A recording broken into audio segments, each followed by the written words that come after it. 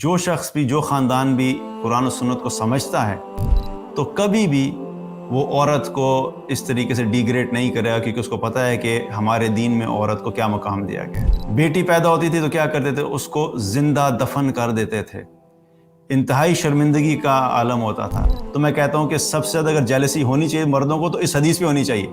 تو آپ نے فرمایا تیری ماں، اس نے کہا اس کے بعد آپ نے فرمایا تیری ماں، اس نے کہا اس کے بعد آپ نے فرمایا تیری ماں، اس نے کہا اس کے بعد آپ نے فرمایا تیرا باپ۔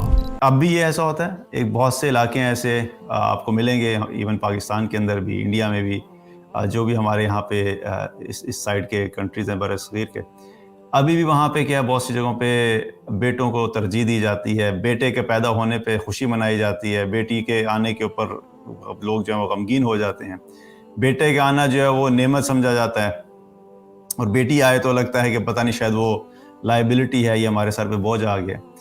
تو یہاں پہ اللہ سبحانہ تعالیٰ نے بیٹوں کا ذکر کیا، اور جب اسلام جب آیا تو اسلام نے آ کے یہ سارا کانسیپٹ پھر چینج کیا کہ بیٹے ہوں یا بیٹیاں ہوں، اسلام نے آ کے عورت کو جو ہے وہ عزت جو ہے وہ بخشی، اور عورت کو وہ مقام دیا کہ جو اس سے پہلے عورت کو کہیں بھی نہیں ملا۔ اور آج بھی اگر دیکھا جائے تو جو بھی خواتین یا جو بھی گھر یا جو بھی خاندان اسلامک ویلیوز کو فالو کرتا ہے تو وہاں پہ آپ کو عورت کی بہت زیادہ عزت ملے گی۔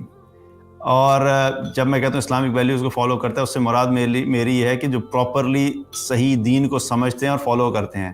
میں صرف ظاہری حلیوں کی بنیاد کے اوپر بات نہیں کر رہا، کیونکہ بہت سے لوگ اس چیز میں کنفیوز ہوتے ہیں۔ ہم نے جی بڑے گھرانے دیکھے ہیں، وہ جی بندہ تھا، وہ تو بڑی داڑھی تھی لیکن وہ عورت کے ساتھ ایسے ٹریٹ کرتا تھا۔ تو وہ کبھی کبھی ظاہری حلیہ ہونا جو ہے وہ اس چیز کی دلیل نہیں ہوتا کہ بندہ پورے طریقے سے اسلام کے اوپر جو ہے وہ قائم ہے۔ اسلام جو ہے وہ صرف ظاہری حلیہ کا نام نہیں ہے، بلکہ اسلام جو ہے وہ پورے قرآن و سنت ہے۔ جو شخص بھی جو خاندان بھی قرآن و سنت کو سمجھتا ہے تو کبھی بھی وہ عورت کو اس طریقے سے ڈیگریڈ نہیں کرے گا، کیونکہ اس کو پتہ ہے کہ ہمارے دین میں عورت کو کیا مقام دیا گیا ہے۔ اسلام سے پہلے عورت کا کوئی مقام نہیں تھا، ان کو کیسے ٹریٹ کیا جاتا تھا؟ بیٹی پیدا ہوتی تھی تو کیا کرتے تھے؟ اس کو زندہ دفن کر دیتے تھے، انتہائی شرمندگی کا عالم ہوتا تھا۔ اگر جس گھر میں اولاد ہونے والی ہے، بڑے انتظار میں ہوتے تھے سب، جو ہی خبر آتی تھی کہ لڑکی پیدا ہوئی ہے تو وہ جو مرد ہوتا تھا وہ چھپتا پھرتا تھا، کوئی لوگ کسی کا سامنا نہ کرنا پڑ جائے، اور اس بچی کو کیا کہتے ہیں، اس کو دفنا دو کیونکہ یہ ہمارے لیے شرمندگی کا مقام ہے۔ جو ہی اسلام آیا تو اسلام نے پھر عورت کی ویلیو کو اپ لفٹ کیا۔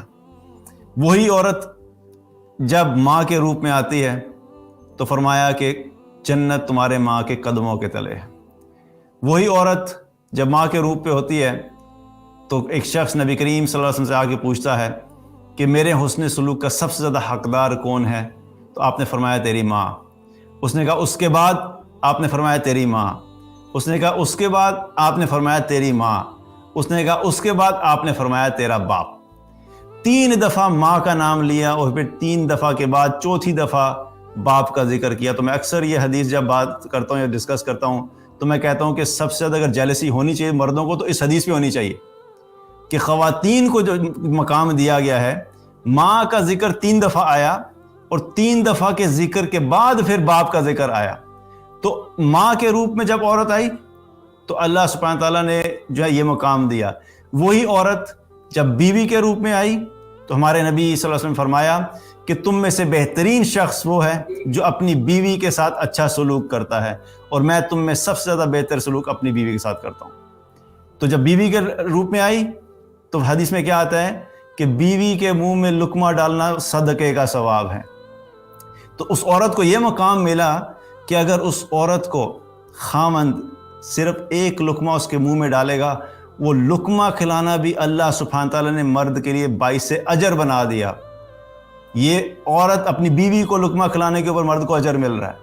اور وہی عورت جب بیٹی کے روپ میں آئی تو ہمارے نبی صلی اللہ علیہ وسلم نے فرمایا کہ جس شخص کو اللہ تعالیٰ نے 2 بیٹیاں دی اور اس شخص نے ان دونوں بیٹیوں کی اچھی طریقے سے پرورش کی، یہاں تک کہ ان کی شادی کر دی، تو قیامت والے دن میں اور وہ بالکل ایک ساتھ ہوں گے۔ اور آپ نے اپنی دونوں انگلیوں کو ساتھ ملایا۔ تو یہ جو سارا مقام ملا، جو ساری فضیلت ملی، جو عزت ملی عورت کو، وہ تو اسلام نے دی۔